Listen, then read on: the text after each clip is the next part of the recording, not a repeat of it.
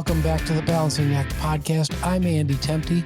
On the Balancing Act, we talk to business leaders and industry experts to explore the balancing acts we play in our professional lives and learn about the events that put rocket boosters behind their career success. Today, we have serial entrepreneur Paul Barron joining us. Paul is founder and chief executive officer at Wall Printing USA. So we'll be focusing our attention on franchising and entrepreneurship today. Welcome to the show, Paul. Thank you, Andy. It's a pleasure to be here. Let me just start off just by correcting one thing that you said, and that is that this isn't about franchising, although I do have 15 years back in my story of franchising experience, but my current venture is what we call in the industry a business opportunity. We create businesses for people using our technology, our innovative wall printing and floor printing machines, but we don't do it under a franchise system. We don't reach into our customers' pockets for revenue. We don't require them to call themselves the wall printer. They create their own brand or already have their own company, and we just use our machines to help them gain revenue by adding digital art to any wall and floor. But that's not why you called.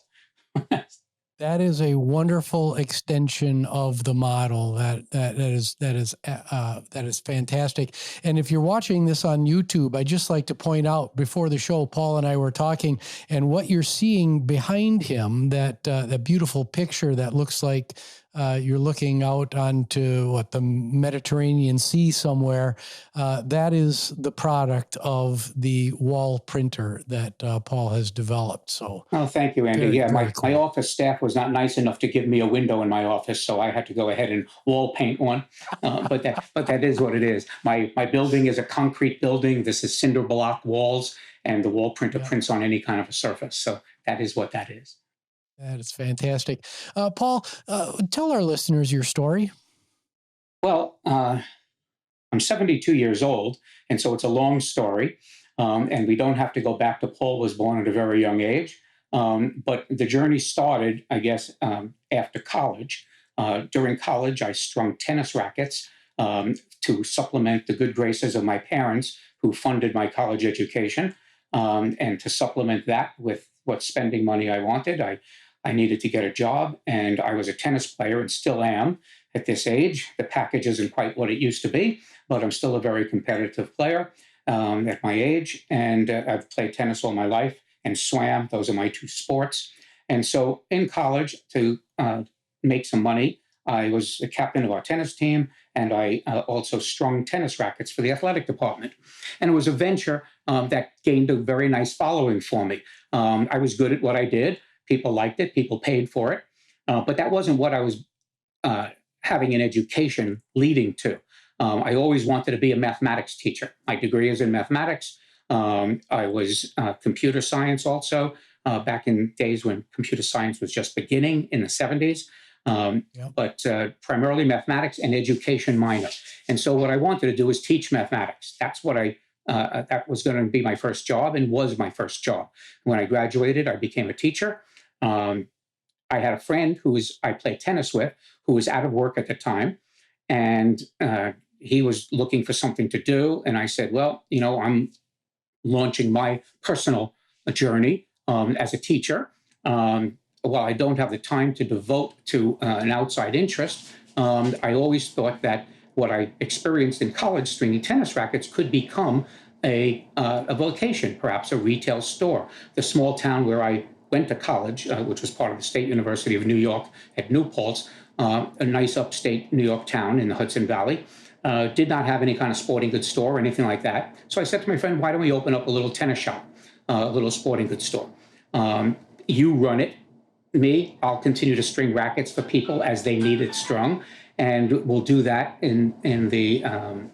I'll do that in the evenings, but you run the store and the retail aspects. And so he was content to do that. We put our heads and a little bit of money together, and we rented a space downtown, and we opened up the store.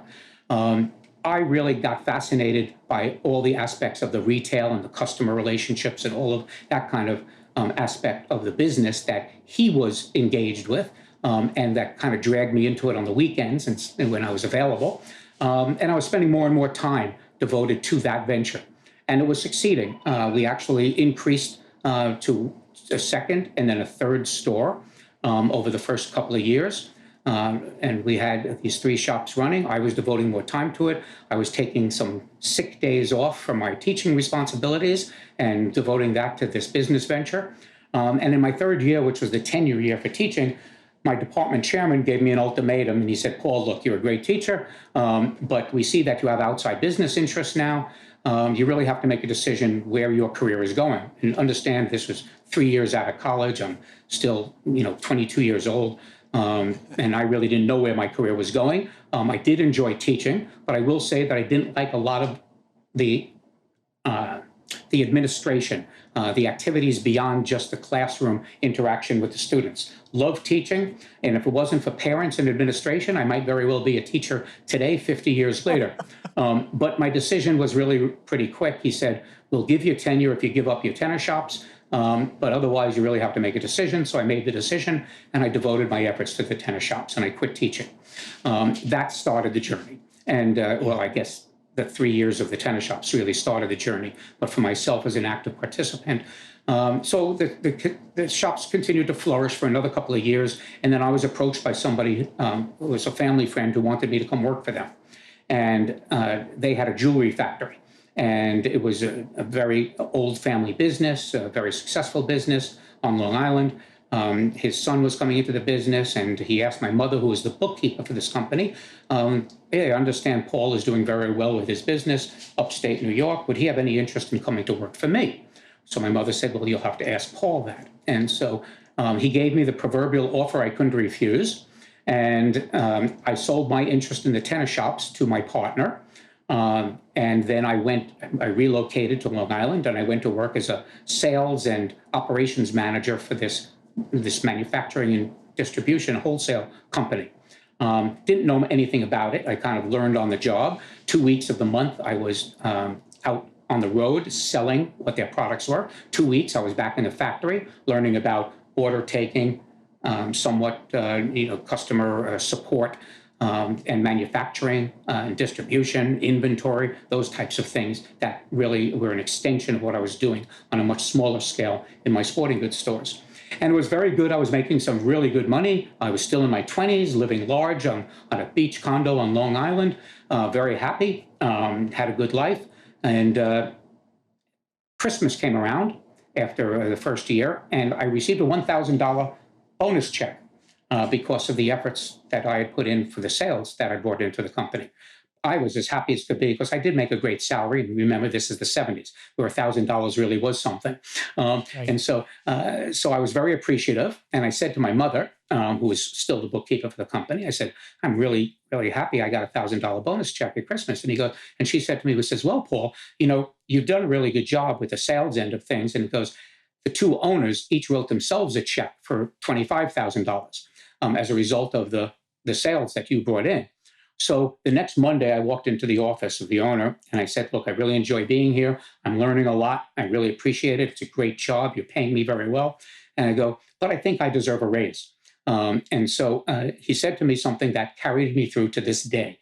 And I passed through to all the people that have worked for me since in some of the story that I'll share with you and your audience that can tolerate listening to this.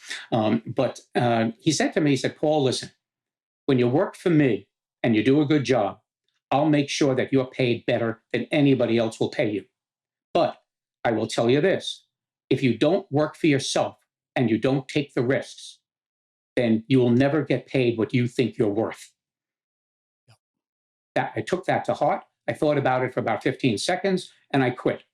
And so, and with that said, now I'm not totally stupid. I didn't just walk away from something that was a very lucrative opportunity that I was given, but I did feel that I had reached a level of competency that I was worth more than this. And a competitor of his actually had offered me a job to come work for them and only do the sales and customer relations part of thing, none of the factory stuff, which I really didn't like that much. And none of the order processing and any of the administrative stuff again, just like for my teaching. I really liked dealing with the customers, taking them out, learning what their needs were, learning if my products were really a solution to their problems, and engaging them on that level. And so I was able to work 2 weeks out of the month making more money than I made in the 4 weeks that I worked at the other company. So I was very happy. I moved back upstate to where my tennis shops were. I wasn't involved in the tennis shops anymore, but I just loved the area in the Hudson Valley, New York. So I moved back up there. I bought a house, and life went on, working 2 weeks out of the month. I was saving quite a bit of money. I had another friend, and I tell these parts of the story with my friend in the tennis shops, and now my friend who I entered into the restaurant business with at this stage, because I firmly do believe in partnerships. I believe that if you have the right partner and you're on the same wavelength and your expectations are met from each other's contributions, whether that be the three things I think are important to any entrepreneurial or any business venture, those three things are time, talent, and treasure. If you have the time to devote to something, if you have the talent to do it well, and if you have the treasure, the financial capital that will make it happen if finances are needed, which most of the time there are to some extent, even if it's just feeding yourself. But if you have those three elements, now you figure out, do you want to do this on your own? Do you want to do it with other people? Do you want to do it by working for somebody or what? So at this point in my life, I had another friend who was involved with a college bar. He didn't like his partner that he had, who was involved in some things that we don't need to talk about here. But I said to him, I said, listen, if you can get your partner to buy you out, I've got some money saved aside. I've just spent 2 years wining and dining people on this jewelry sales job. I know a lot about restaurants. I know enough that I don't know how to be in the business, but I think it's a very glamorous business. I think you know a lot about that business. If this is something you really want to do, to migrate from the college bar kind of business, the pub atmosphere, to an upscale seafood restaurant, steakhouse, which is what he dreamt about having, let's see if we can do this together. I'll contribute some money. I've got my math skills. I could deal with the order taking and the vendors and those types of relationships. And you deal with all the food stuff and the cooks and the management of the people and all the things I don't like to do, the waiters, the waitresses, and the staff and all that kind of stuff. And I said, and if we can get along and do this, well, Andy, we spent a full year because we weren't both so blind to the fact that here I was somebody who knew nothing about the restaurant business, and he was somebody who did need some financial backing and did need some of the things he didn't like to do in a partner. And so we spent a year. And since our roots were playing tennis with each other, which is all we knew about each other and liked about each other, Andy, I spent a full year doing this. We woke up in the morning, we played tennis. We went out for lunch at a restaurant. In the afternoon, we played tennis. After our afternoon activity was over, we picked another restaurant, we went for dinner. For a full year, we went pretty much 5 days a week at least to 5 different restaurants for lunch, 5 different restaurants for dinner. Not because we were so gluttonous at the time, but because we wanted to see 2 things. Number one, do we have the ability to be in business and make that, cross that bridge from friendship to business? Because that's often a bridge that should not be crossed.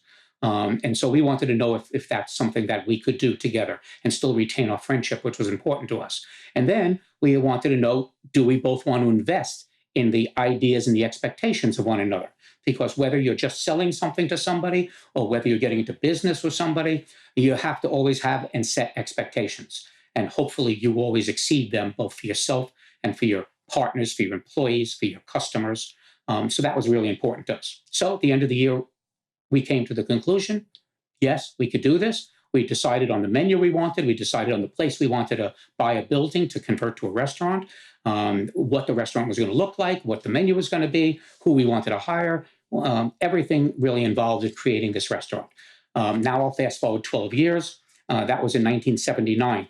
I'm very proud of the fact that here we are, from 79 to 23, if my math skills are still okay. We're talking 44 years later. 44 years later, that restaurant is still open, still successful, still with the same menu that I had. I got out of it in 1990. I was in it for about 12 years, and I sold it to my partner at the time. And I can tell you why, because the journey continues. But after 12 years, it really was running without me. My partner was the whole food guy, and the place was running under his control and under his capabilities. It didn't need me anymore. I was visiting my parents, who had since retired and moved to Florida, playing tennis down there.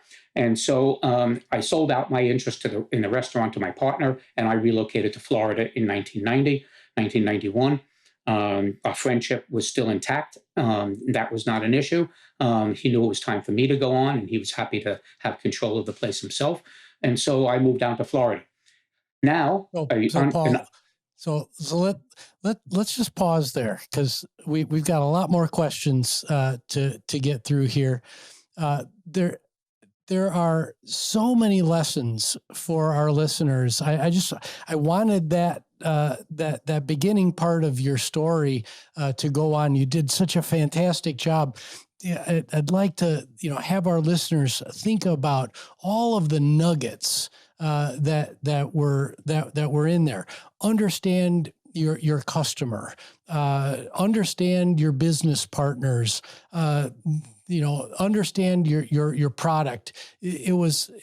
That was, yes, you were telling your story, but at the same time, you're teaching our listeners a whole lot of really valuable items. We've only got 30 minutes today, so let's skip ahead. I'll fast forward a little bit, but you made an introduction to the next part of the journey, which is really important and not to be overlooked. You talked about understanding your customer and understanding your market. Yep. So I gave you a whole series here of 3 ventures or 4 ventures or jobs that were very successful on this path. I don't want your audience for a moment, and I'll quickly let you know that moment is now up. I don't want your audience to think that my life or anybody's entrepreneurial journey is going to be a trajectory, the proverbial hockey stick, where everything just increases. So here I am in Florida, figuring out what does Paul want to do when he grows up. Just sold a restaurant, I'm down playing tennis, but my personality, I've got to be doing something. I figured, well, I just had a really good run of 12 years in a restaurant business. I'm going to open up a restaurant here in Florida. Well, let's fast forward here, as you would like to do, and as I would like to do, because this chapter, which lasted 1 year, what I made in 12 years in New York, I lost in 1 year in Florida, to the point that I was put into bankruptcy. I lost everything I had. Everything that some friends had invested in with me when I opened up a restaurant that I tried to copy what I did in New York and Florida. It failed miserably because I didn't really understand the market. I understood the business, but I didn't understand the market. And so it was a totally different audience. It really wasn't receptive, even though we got great reviews on the food and on the ambiance. But it was a market that was very seasonal. I didn't understand that. In New York, it was 365 days a year. Here it was about 4 to 6 months a year of people really spending money at this type of a restaurant. And I didn't have the capital to really withstand that. So it failed. Now Paul has to go. What is he going to do? I lost everything.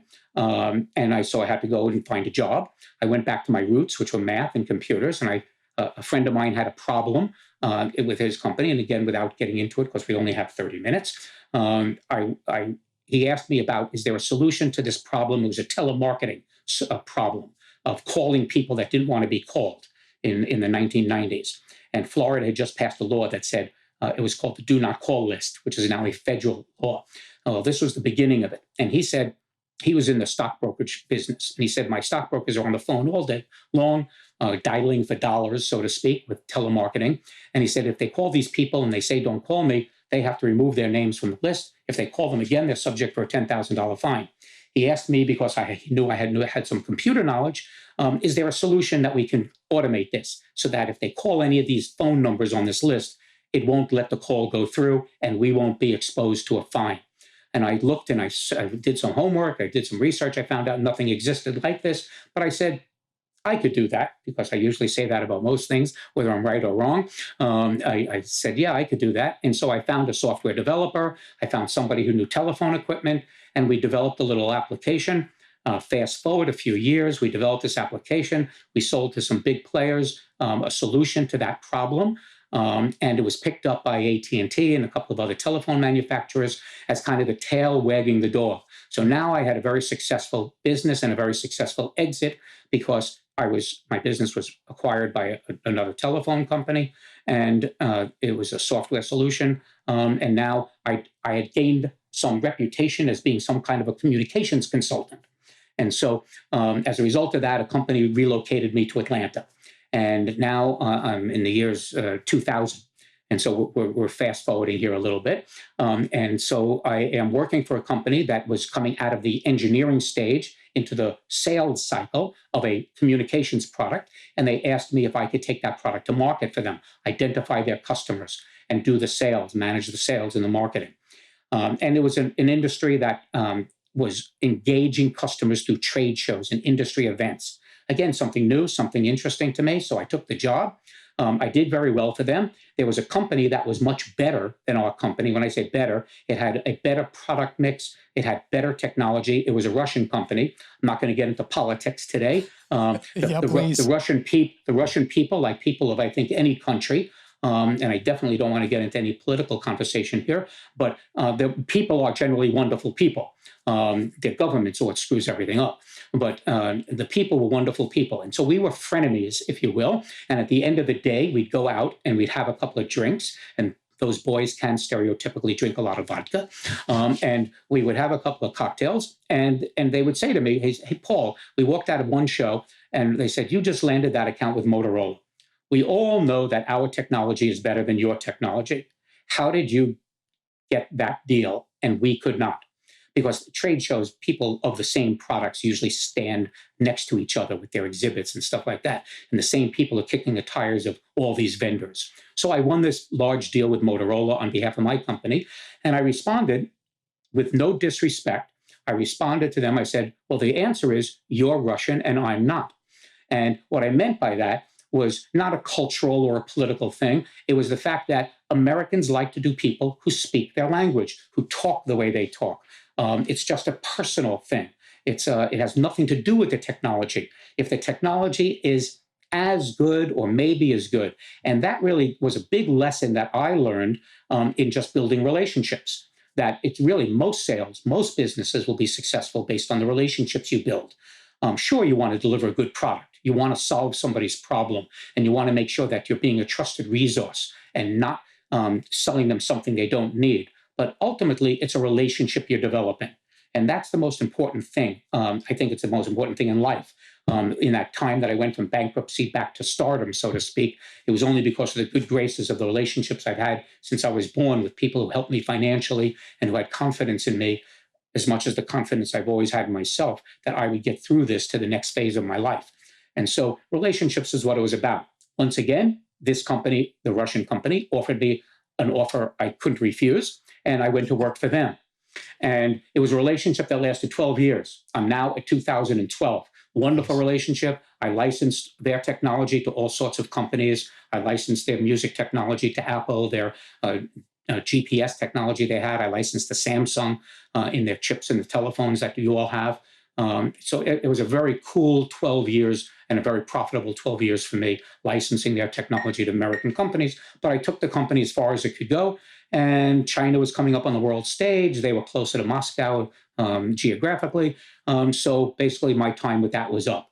And so I relocated from Atlanta, which is where I lived at the time for those 12 years. And I really missed the beach and I missed the coast. And I had family in Wilmington, North Carolina. So we relocated in 2012 to North Carolina. Once again, I was there. What's Paul going to do when he grows up? Now I developed a reputation of being able to take a foreign company's products and articulating their value to an American audience. And so what I did was, at that time, I was approached by an Austrian baby bottle manufacturer who was trying to find how to market their products and sell their products to baby product stores and to young mothers and to e-commerce, through e-commerce or retail, just to identify their customers and get their product known. And so I took that, and that company actually went to an exit also by being acquired by an American company. It was a very innovative design, which is what I look for in something that is attractive to me. I look for something that is a real solution to a problem or is so innovative that it's a market disruptive product or solution or technology. And so that was a good relationship that lasted a couple of years. Then I was approached by an Israeli company that was actually a customer of mine when I was with the Russian company. They had a media product they wanted introduced to the United States. It was a horrible product, and I told them so. And I didn't think I could really sell it or find customers for it because the technology was not as good as some other things that were available. So that was a short-lived technology where I basically put myself out of a job because I told them I couldn't sell their product. And then there was a Chinese company that had a headband headphone for children. They approached me, and I took their product to market, helped with licensing and with other things. And all these things I was also learning on the go with a lot of things that help that company find its audience. And I was learning a lot. So these things were always interesting to me. My wife and I were not very lucky. When I say not very lucky, we were not fortunate enough to have children. And I'm married 30 years. So we went the puppy route. So our children are the four-legged variety. And again, while I wish we had children, dogs do not ask for the car keys, and there's no college fund required. Right. So they've been a wonderful part of our lives, but they take a lot of your income. They have the same medical bills that we have, and they have the same needs for food and nurturing and all of that goes along with caring for a life. So we're always searching for things dog related. Well, I found this product, which was a self-service dog wash that was manufactured in Australia, that I had never seen anything like it before. It seemed pretty cool. It was like a vending machine for washing your dogs. $10 for 10 minutes. You wash it, you get conditioner, shampoo, a dryer, a really cool machine. And so I approached them in Australia and I said, what are you doing in the United States? I've never seen this before. And they said, well, we never wanted to bring it. It's 800 pounds. You can only bring so many of them over in a container to the United States. We never really wanted to go into that market. We're doing very well here in Europe and Asia and Australia. So I said, well, how about if I buy the product and take the rights to it in the United States? And so we made a deal. Again, fast forwarding a little bit. I took that product to market. I did very well for a year or two. But I told them, just like they said to me at the beginning, this is a very heavy product to be importing from Australia by boat to the United States. If I was going to be successful and scale this particular type of product, I would have to find manufacturing in the United States. Right. So I found a manufacturer. Now, I did too good a job because I found a company that was so in love with the product that they wanted to manufacture it, and they had a sales team and everything else. So basically, they bought the company and put me out of a job. And so now I'm not crying. I did very well financially, and I had a good buyout clause. But at the same time, I was out of a job with a product that I really loved. So I retired once again, as I had for several times in this story.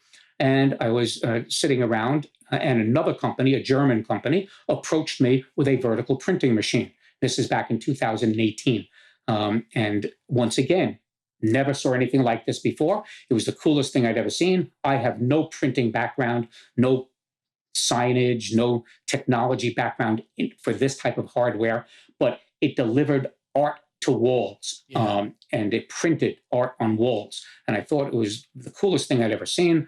It was like an inkjet printer on steroids. My mind was going a mile a minute. I thought this was a great machine that other people could be put into business doing.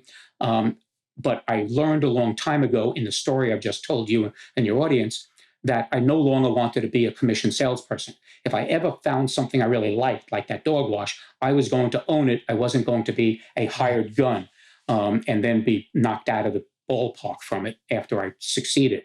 And if I failed, like in the restaurant, I wanted it to be my failure. If I succeeded, like the first job I had, I wanted to take the risks and get the rewards for it and take the beating if it didn't work out. So the conversation with this German company broke down because they wanted me to be a commission salesperson and bring their product to market in the United States. And I said, I don't do that anymore. You got a cool product, but this isn't for me. But I hung up the phone, and usually I say to my wife, I say, hey, honey, come take a look at this. And she usually doesn't come into my home office and look at what I'm talking about. Instead, she cuts up my credit cards and changes the passwords on my bank account because she goes, here we go, Paul's going to invest in something crazy again. Right. And so this time she looked and she said, hey, that's pretty cool. You think you could do something with it? Go ahead. So she gave me her permission. So I bought the company. Actually, I didn't buy the whole company, but I bought the rights to the entire Western Hemisphere and the manufacturing rights and everything else that would go along with it. And that was in 2019. Now, I wasn't the smartest kid on the block because I got my first shipment of machines in hand in December of 2019. In January of 2020, after investing a substantial six-figure amount in this business, the world stopped with COVID. Right. And here I was with a machine that nobody had ever seen or heard about before, a vertical printing machine that puts artwork on walls, and indoors, outdoors, any wall surface, really cool machine that nobody ever heard about. And so I'm trying to put people in business using this machine. And it's not like having a Starbucks or a McDonald's or a plumbing or a painting business or franchise where you could see it and you could touch it and you can feel it. Nobody could see this because they're not traveling. So what I did was, whereas everybody was laying people off and working remotely during those first 10 months of 2020, I started hiring people. And I started building the company, building the technical support team to learn how to use these machines, to learn what their capabilities were, how to support them. And I hired a social media team to introduce this through Facebook and YouTube and TikTok and our own website and Instagram, and showing people what the benefits of this machine were. Some people who might be entrepreneurial, some people who might have a business like a painting business or graphics art business that might see this as an additional revenue maker for them, but trying to find out who would be the customer who wants this. And I spent 10 months doing that before I got my first customer in 2020 in August. And now fast forward to today, in only 37 minutes, I've done my 72 years. And today I've got 135 customers, and a customer means that I put somebody in business using our machines. This year, I was awarded the Entrepreneur of the Year Award for 2023 by the local business journal here in Wilmington. It's called the Coastal Entrepreneur of the Year Award, which is awarded to one company that judges are asked the question, what would you invest $100,000 in over anything else? And of the several hundred applicants for this award, they picked the wall printer. Very proud of that. Very proud of the fact that we put 130 people into business using our machines, and we're growing from here. I built up a really good team, and life is good. And that's where I am today. Paul, you are a man of the world. I am so glad that our audience and myself, that we were able to get to know you today. This is a first. This is the first episode where I've asked one question and it lasted for the entire episode. But I'm so glad that we did, because you taught us about relationship management. You talked about the value of hard work, of perseverance. You talked about the fact that it's not a hockey stick. It's not always up, that there are downs in our lives that you have to navigate through. I could go on with the lessons that you've taught our audience today. So I thank you so much for being on the show. Paul, last question, and you only have 20 seconds, but where can people get a hold of you? Get a hold of me on LinkedIn if you'd like to connect. If you want to talk, you want to tell your story, you have something you want to. I'm a mentor at the local University of North Carolina, their Center for Innovation and Entrepreneurship. I like doing give back, helping people on their journey. If you want to connect with me, LinkedIn is the best way to do it. If you really do want to know something about the wall printer, go to thewallprinter.com, and you could learn everything there is to know in about 30 seconds on that website. But I appreciate it, Andy, the opportunity to talk to you. Yes, I'll leave it at that. So appreciative, Paul. Thank you so much. My name is Andy Temte. This was a very special episode of the Balancing Act podcast. I'm so thrilled that we're able to bring this to you. We're available on all the major streaming services, as well as on YouTube. On YouTube, you're going to be able to see the results of this wonderful product, the wall printer. You've met Paul Barron today on the show. Please like, subscribe, rate, and share this public good with your colleagues and your friends. Today's episode was produced by Nick Temte. Thank you.